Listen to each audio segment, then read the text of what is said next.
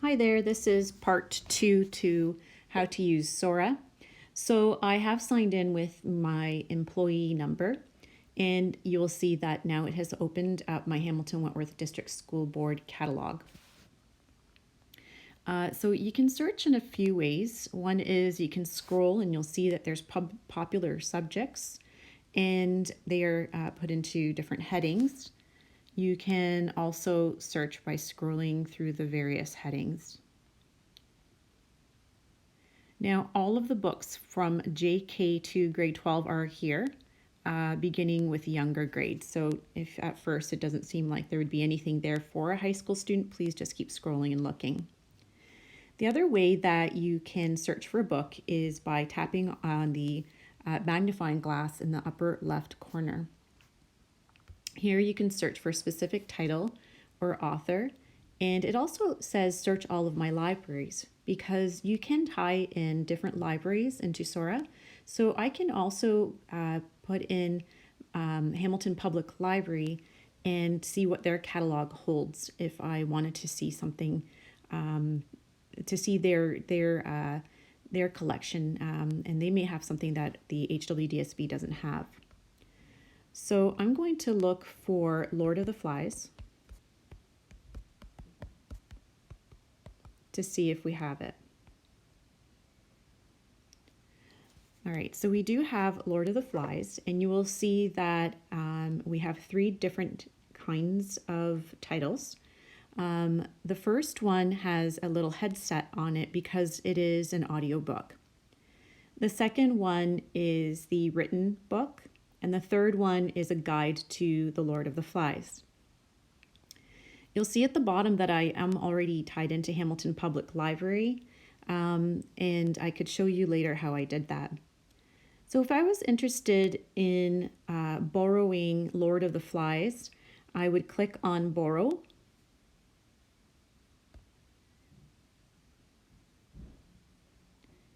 And because I'm already signed in, I have the book available to me. At the right hand side at the top, you will see a bookmark feature. You can search for things within the book. So you may look up terms or maybe character names, and you can also change the way that the page might look. So just like any other book, you would just turn the pages by moving your finger along the screen, and you can see the book is here.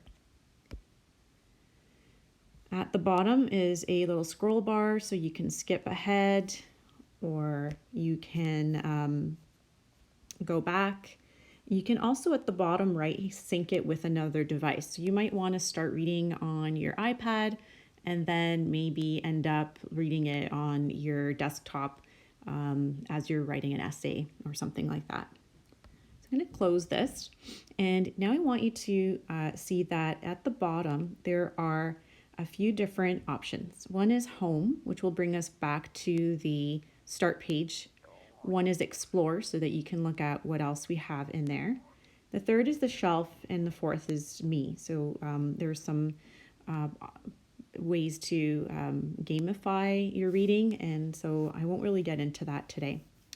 But before we explore those 4 areas at the bottom, I want you to take a look at the middle where I have borrowed the book. So you can see that it's downloaded the book. It is also due in 13 days.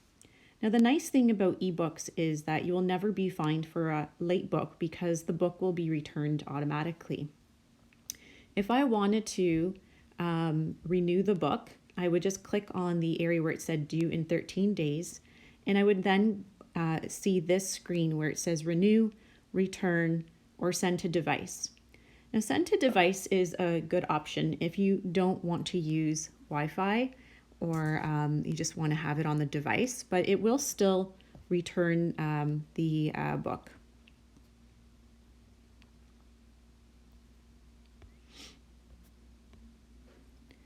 So you could also add it to a list if that's something you want to do. There's a little synopsis at the bottom.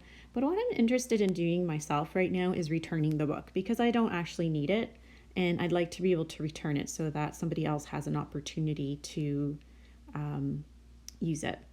At the top where it says shelf, and it's the same thing as the bottom option to click on shelf, you can see loans, holds, lists, and activities. So you may find that there's a book that is out already and you can put a hold on it. So here you can click and see if anything is available. I don't really have anything on hold right now, so it doesn't have a list.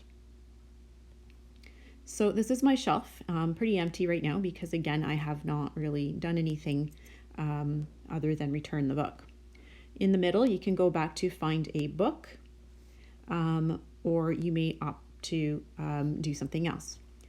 So I'd like to go to the top hamburger or 3 lines and show you what that does. Here you can assign yourself a nickname if it gives you pleasure, or you can add a library. So you can see that I am tied to the Hamilton Public Library, and it looks very similar to what we have in our library. Now to add a library, you would just need to go to find your library or add a library and put the library name and do the exact same thing that we did before. It may ask you for a library card, but I think at this moment we may be tied together to the Hamilton Public Library during this COVID-19 time. So that's what you'll find up there. There's download settings and device settings so that you can help yourself with night mode and things like that. So hopefully this will help you find a book that may be helpful to your class. You can see that there are some book club suggestions. So your teacher may even point you to a section such as that. I'm going to go back to our library and just again show you that there are different areas here. Don't be afraid to take down or take out a book that you may want to read to your siblings to practice your own reading. Now this section here, new, fun, and ready to read, this might be of interest to you and your teachers as well. These are new books that are always available, never out, and there's no hold required. So meaning as many people who may be interested in the book can take it out, right? So there's no limit to these ones at this time.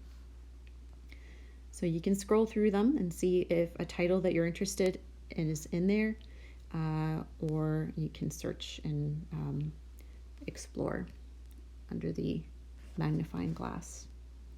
Okay, so if you have any questions, please email me, and hopefully this has helped you understand how to use Sora.